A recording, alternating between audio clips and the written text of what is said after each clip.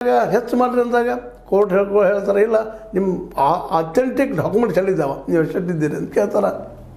ಅಂದರೆ ಏನಿದ್ರ ಅರ್ಥ ಅಂತ ಅಂದರೆ ಈ ಶೂದ್ರ ಸಮುದಾಯದ ಜನ ಅಂದ್ರೆ OBC ಆಗಿರ್ಬೋದು, SC ಆಗಿರ್ಬೋದು, ST ಆಗಿರ್ಬೋದು, ಮೈನಾರಿಟಿಗಳಾಗಿರ್ಬೋದು, ಇವರೆಲ್ಲರೂ ಈ ದೇಶದಲ್ಲಿ ಇಲ್ವಾ? ಇವರು ಜಾತಿ ಇರಲಿಲ್ಲ ಅಂದರೆ ಇರ್ತಾನೆ ಇರಲಿಲ್ಲ. ಅಸ್ಪೃಶ್ಯತೆ ನಿರ್ಮಾಣ ಮಾಡಿದವರು ಯಾರು?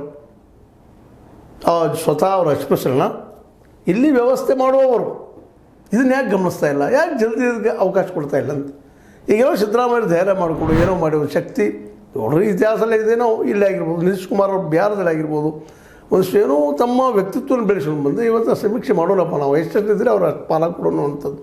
ಇವತ್ತು ಅದಕ್ಕೆ ಇದ್ರ ಮುಂದೆ ಮುಂದೆ ಹಾಕೋದು. ಈಗಾಗಲೇ ಕಾಂತರಾಜ್ ವರದಿಯನ್ನು ಮುಂದೆ ಹಾಕಿಸ್ಬಿಟ್ರಿ, ಕೆತ್ತವಿಸ್ಬಿಟ್ರಿ, ರದ್ದು ಮಾಡಿಸಿಬಿಟ್ರಿ. ಅದನ್ನು ಪ್ರೆಷರ್ ತಂದ ಕಾಂಗ್ರೆಸ್ನಲ್ಲಿ ಕೆಲವೊಂದು ಒಳ್ಳೆಯವರು ಇದ್ದಾರೆ ಮತ್ತು ಜಾತಿವಾದಿಗಳು ಇದ್ದಾರೆ, ಎರಡೂ ಇದ್ದಾರೆ. ಅವರು ಎಲ್ಲರಿಗೂ ಹೌದ್ರಿ ಮೀಸಲಾತಿ ಅಂತ ಕೆಲವು ಜನ ಲಾಭ ಆಕೈತಿ, ಆದರೆ ಮೇಲ್ವರ್ಣೀಯ ಜನ ಈಗ ಈ ವ್ಯವಸ್ಥೆ ಲಾಭ ಮಾಡ್ಕೊಳ್ತಾ ಇದ್ದಾರಲ್ಲ, ಇದ್ರ ಬಗ್ಗೆ ಯಾಕೆ ಚರ್ಚೆ ವಿಮರ್ಶೆಗಳಾಗ್ತಾ ಇಲ್ಲ?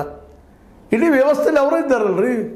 ಇವತ್ತು IAS ಆಗಿರ್ಬೋದು, KS ಆಗಿರ್ಬೋದು, ಮತ್ತಾವುದು ಉನ್ನತ ಹುದ್ದೆಗಳಾಗಿರ್ಬೋದು, ಅಥವಾ ಇವತ್ತಿನ ವ್ಯಾಪಾರಗಳಾಗಿರ್ಬೋದು, ಇವತ್ತಿನ MBBS ಅಂತ ಕ್ಲಾಸ್ ಅಂತ ಪಾಸ್ ಅಂತವರಾಗಿರ್ಬೋದು, ಪ್ರೊಫೆಷನಲ್ ಕೋರ್ಸ್ಗಳು ಮಾಡಿದವರಾಗಿರ್ಬೋದು, ಇಂಜಿನಿಯರ್ ಮಾಡಿದವರಾಗಿರ್ಬೋದು, ಎಷ್ಟು ಪರ್ಸೆಂಟೇಜ್ SC ST OBC ಜನ ಇದ್ದಾರೆ? ಯಾಕೆ ಅವ್ರು ಕಲಿತಾ ಇಲ್ಲ? ಅದು ಅವ್ರಿಗೆ ಅವಕಾಶ ಇಲ್ಲರಿ, ಅವಕಾಶ ಸಿಗ್ತಾ ಇಲ್ಲ. ಇದು ನಾವು ಇವತ್ತು ಬಿಡಬೇಕಾಗಿದ್ದು, ಕಾಲದ ಅನಿವಾರ್ಯ ಇದು. ಇವತ್ತು ಅವ್ರು ಕೇಳ್ತಾ ಇದ್ದಾರೆ, ಪ್ರಶ್ನೆ ಮಾಡ್ತಾ ಇದ್ದಾರೆ. ಹೋಗ್ಲಿ ಕಡೆಗೆ ಉದ್ಯೋಗ ಇದ್ದಾರೆ, ಸುಮ್ಮನೆ ಇರ್ತಿದ್ರು ಪಾಪ. OBC ಅವರಾಯ್ತು, SC ಆಯಿತು, ST ಆಯಿತು, ಉದ್ಯೋಗ ಪೂರ್ಣ ಪ್ರಮಾಣದಲ್ಲಿ ಇದ್ದಿದ್ರೆ ಅವರಲ್ಲೇನ ಈ ಒಂದು ವ್ಯಾಪಾರಗಳು, ಇವತ್ತು ಇಂಡಸ್ಟ್ರಿಗಳು ಎಲ್ಲ ಇದ್ದರೆ ಅವರು ಕೇಳ್ತಾ ಇರಲಿಲ್ಲ. ಅವು ಇಲ್ಲ ಅವರಲ್ಲೇ. ಇದಕ್ಕೆ ಅಥೆಂಟಿಕ್ ಡಾಕ್ಯುಮೆಂಟ್ಸ್ ಇದ್ದಾವೆ ಇಡೀ ದೇಶ ತುಂಬ. ಈಗಷ್ಟು ಎಚ್ಚರಗೊಂಡಿದ್ದಾರೆ. ಅದರ ವಿವೇಕಾನಂದ ಮಾತ್ರ ಮೇದಿನೆಲ್ಲ ರೆಫರ್ ಮಾಡುವಂಥದ್ದು. ಒಂದು ಕಾರ್ಯಕ್ರಮ ನಾಡಿದವರು ಯಾರು?